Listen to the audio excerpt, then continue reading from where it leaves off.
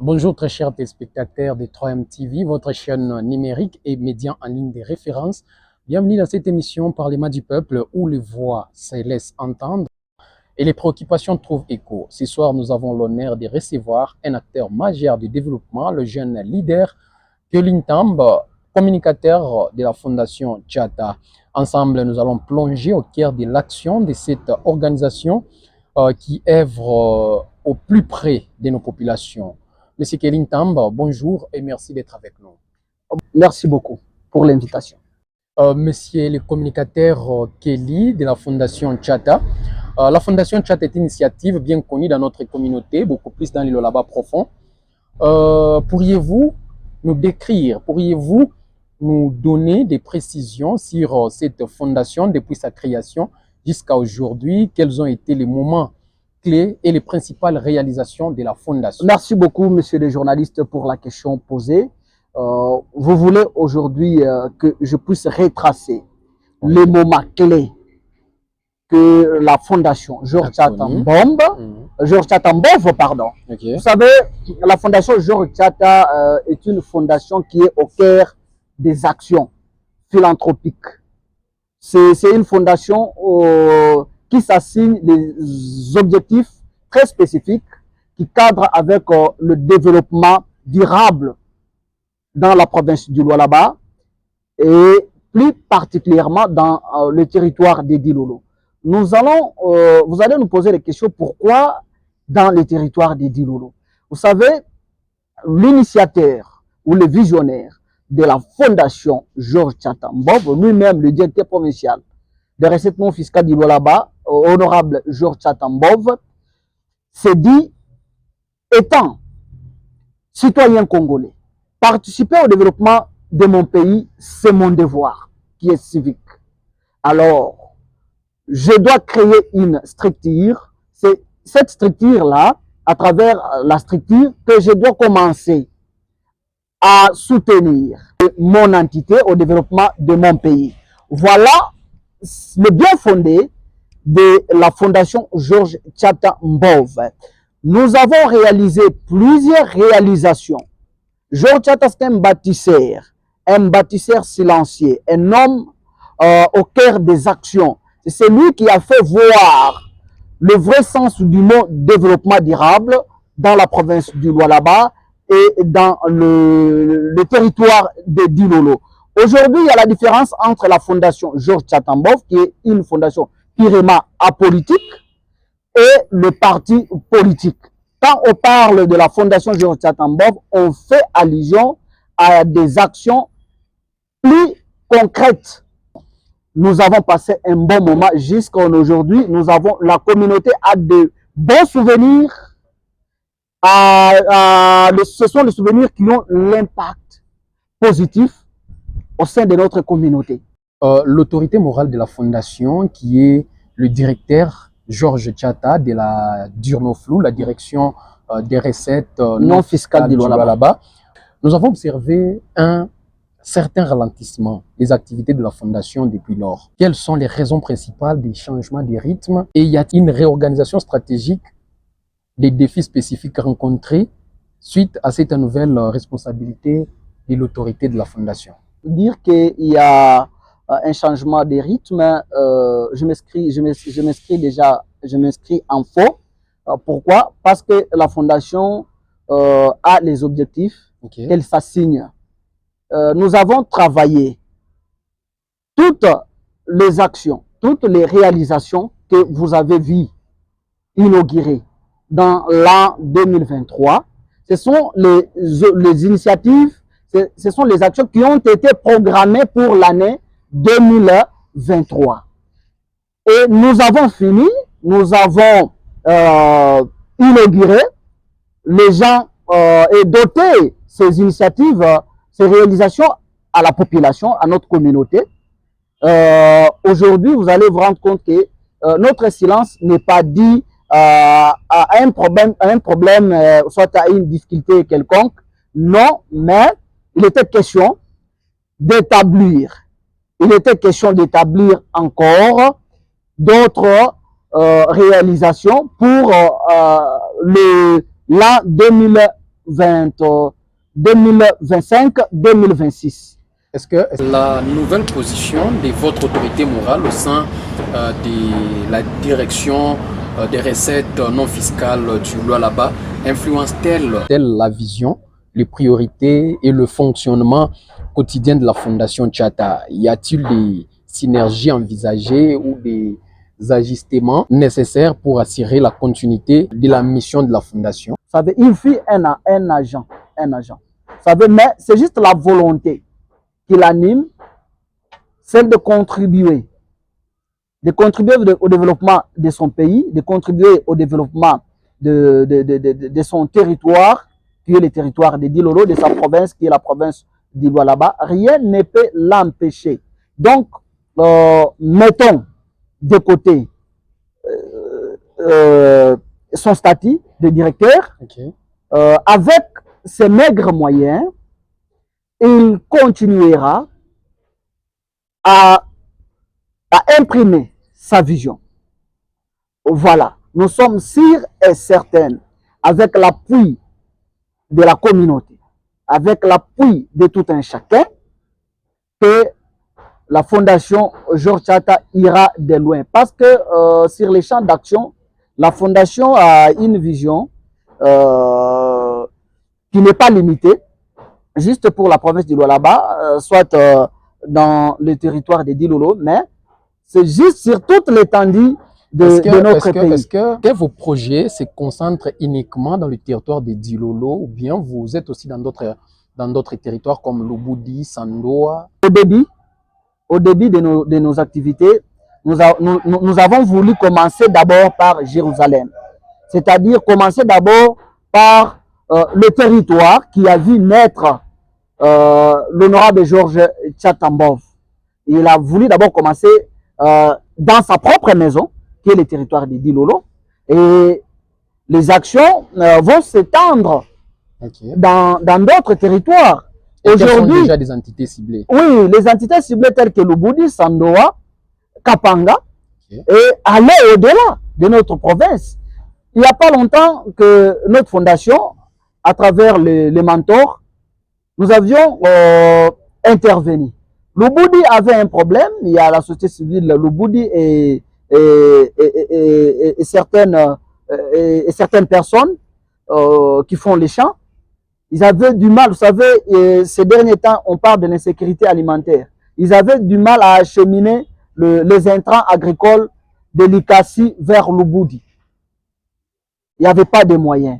Mais notre fondation, la fondation Georges Tchata Mbov, quand elle a reçu cette demande de soutien, nous avons intervenu avec le paie de moyens que nous avions sur nous, afin que les intrants agricoles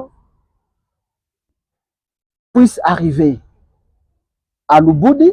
Question de soutenir l'agriculture dans les territoires de Lubudi. Et l'autorité morale a agi au nom de la fondation?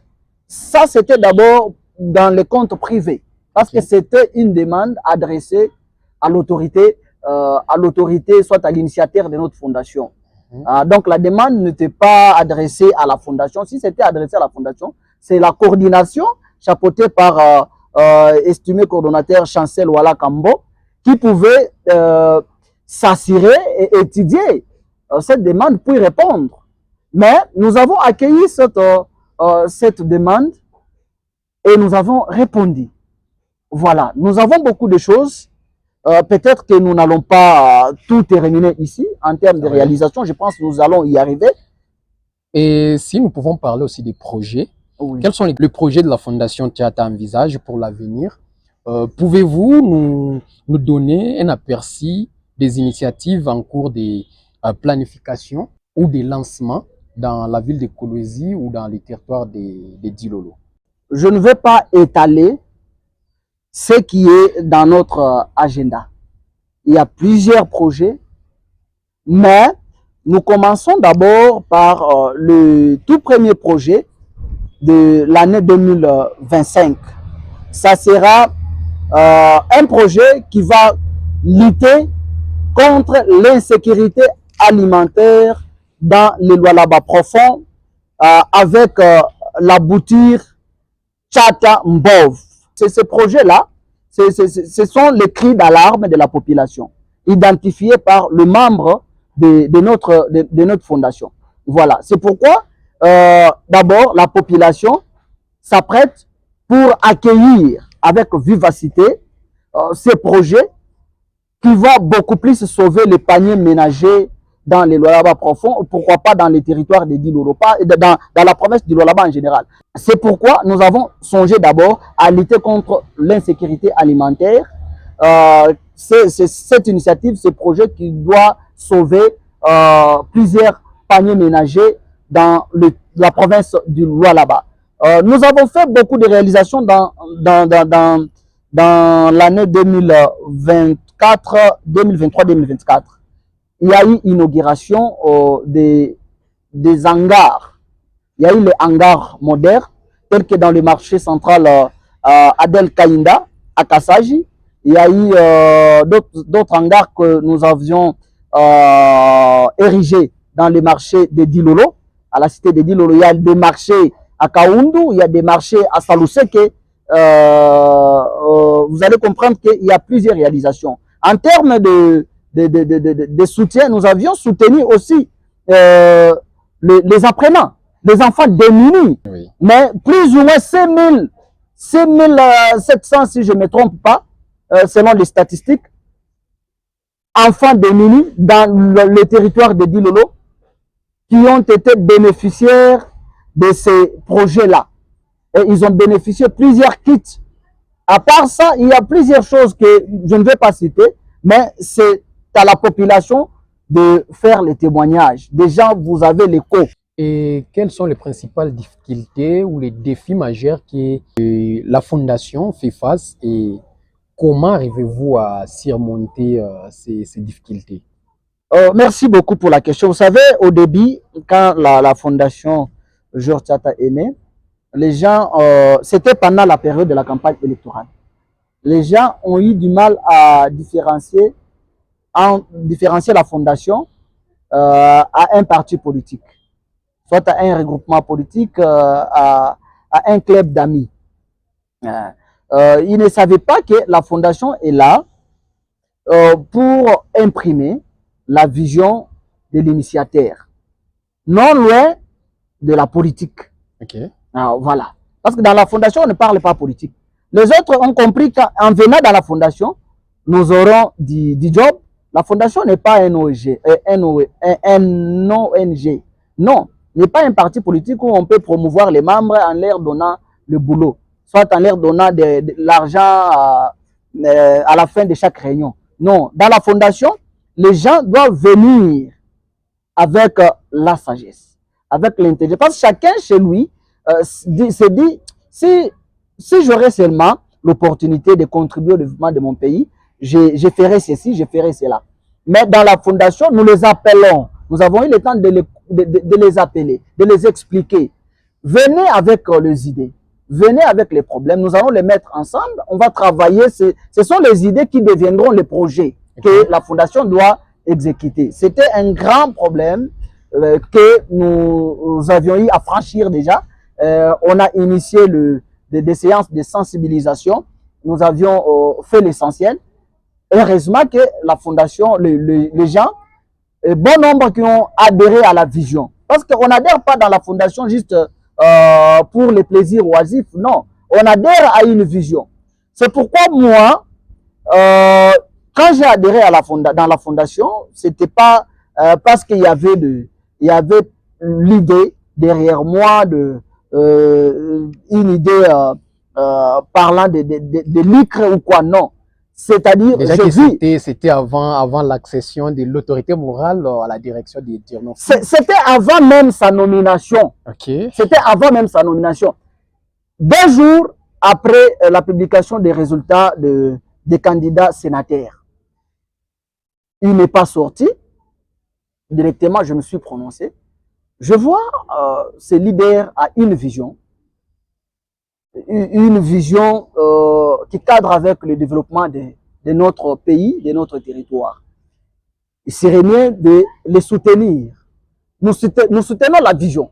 Quand on parle de Georges Tchata, les gens le voient, chacun le voit dans sa manière, dans ses sens. Mais moi, je vois la vision. C'est ce qui m'a attiré d'être dans la fondation. C'est ce qui a attiré aussi plusieurs personnes. Parce que je viens avec l'initiative, je dis, mais si on mettait ça, et avec l'ensemble de la coordination, on travaille ces initiatives pour un projet. Parlons aussi de vous en tant que communicateur au sein de la Fondation Tchata. Vous avez parlé de la vision. Il y a tant d'autorités, il y a tant de personnes de la province qui ont aussi des visions.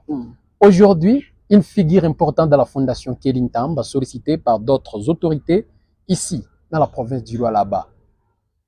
Est-ce que vous pouvez envisager quitter vos fonctions au sein de la Fondation pour rejoindre d'autres fondations, d'autres structures qui peuvent vous solliciter? Je l'ai encore dit que je ne suis pas parti auprès de l'honorable Georges Tchata, soit dans la Fondation, pour des besoins à caractère d'argent, boulot, tout ça, non. Nous Non, devrions déjà soutenir la vision. Nous soutenons la vision. Et cette vision, c'est cette vision qui est... Qu'une autre personne peut venir aussi avec une vision qui peut vous plaire. Voilà. Mais nous avons d'abord commencé par observer sur le terrain ce qui se passe, ce qui se réalise. Et nous nous sommes dit, pour l'intérêt de notre communauté, pour l'intérêt de ma ville, qui est la ville de Kassaji, pour l'intérêt de mon territoire, qui est le territoire de Dilolo, pour l'intérêt de ma province, pour l'intérêt de mon pays, je me trouve dans l'obligation de soutenir cette vision. Parce qu'il y a d'autres qui viennent avec des visions en imprimant d'abord des initiatives à caractère... c'est comme si, juste pour attirer la communauté. Chez l'honorable Georges Tchata, j'ai appris quelque chose dans lui. Il ne faut pas attendre la période de la campagne électorale pour aider, pour intervenir, pour poser les actions. Mais maintenant, après, il n'a pas réussi aux élections. Mais il a continué et on a inauguré. Voilà, c'est quelque chose qui m'a attiré. Je dis ça, c'est une vision. Et ce n'est pas les autres qui viennent avec des initiatives juste pour flatter la population, chercher à attirer seulement l'attention de la population, à les renfler, soit voler le voix, et puis aller et laisser les initiatives inachevées. Aujourd'hui, on en a beaucoup dans la province du Lualaba, on en a beaucoup dans le pays, mais sauf celles les initiatives de l'honorable Georges Tchata Mbov qu'on a essayé même d'inaugurer. Voilà, je n'ai pas droit à l'erreur, mais il y a moins. S'il y a rupture, c'est-à-dire rupture, manque de communication entre le leader qui est Georges Tchata Mbov et moi, je suis influent. Vous savez, quand nous sommes arrivés dans la fondation, et vous avez senti vous-même que il y a un leader qui est arrivé. Vous avez vu, il y a eu plusieurs têtes, plusieurs jeunes. Est-ce que c'est venu de vous ou c'est la population qui... Nous sommes leaders. Nous sommes leaders. Nous avons ce plein pouvoir d'influencer. Voilà. Nous avons essayé d'influencer à travers ce que la fondation a réalisé. On a lancé l'adhésion massive sur toute l'étendue de notre province. On attend juste certaines choses. Une fois terminé, nous allons lancer l'opération de l'adhésion massive dans le Lualaba profond, dans le territoire de Dilolo, dans la province du Lualaba, question d'étendre nos activités. Voilà, aujourd'hui, je voulais... province du Lualaba, partout dans la province du Lualaba. Oui, sur toute l'étendue de la province du Lualaba. Voilà, c'est pourquoi je demanderai à la population de faire confiance à leur fils, qui est honorable Georges Tchata Mbov, qui incarne une vision salvatrice, qui est là pour répondre aux besoins primaires de la population, qui est là pour contribuer au développement de son entité, de sa province, de son pays. C'est un leader qui cherche à propulser aussi les jeunes qui sont derrière lui. Voilà ce que nous devons soutenir, ce que nous avons entendu depuis longtemps. Parce qu'aujourd'hui, On va parler de Kelly, on va parler de Jeff, on va parler de Diour, on va parler des autres membres qui sont dans la fondation. Quand on parle de ça, on sait déjà qu'ils ont été propulsés par Georges Tchatambov, qui est un bâtisseur silencieux dans le territoire, dans la province du Lualaba, et surtout qui cherche à imprimer aussi la vision de Madame la gouverneure, qui est imprimée dans la province du Lualaba. Je parle de la Jeanne d'Arc Fifi Masuka Saini, parce que Georges Tchata, c'est l'un des élèves de l'excellence Madame la gouverneure de la province du Lualaba. Voilà ce que j'avais à vous dire. Merci beaucoup, Monsieur Kelly Ntambe. Merci aussi d'accepter notre invitation. C'est à moi de vous remercier. Merci, très chers abonnés, téléspectateurs des 3M TV. C'était là Parlement du peuple. Nous avons eu le privilège et le plaisir d'accueillir pour vous Kelly Ntambe, qui est le communicateur en chef de la Fondation Georges Tchata. Merci à tous ceux qui soutiennent cette émission. Rendez-vous très prochainement dans un autre numéro de cette émission.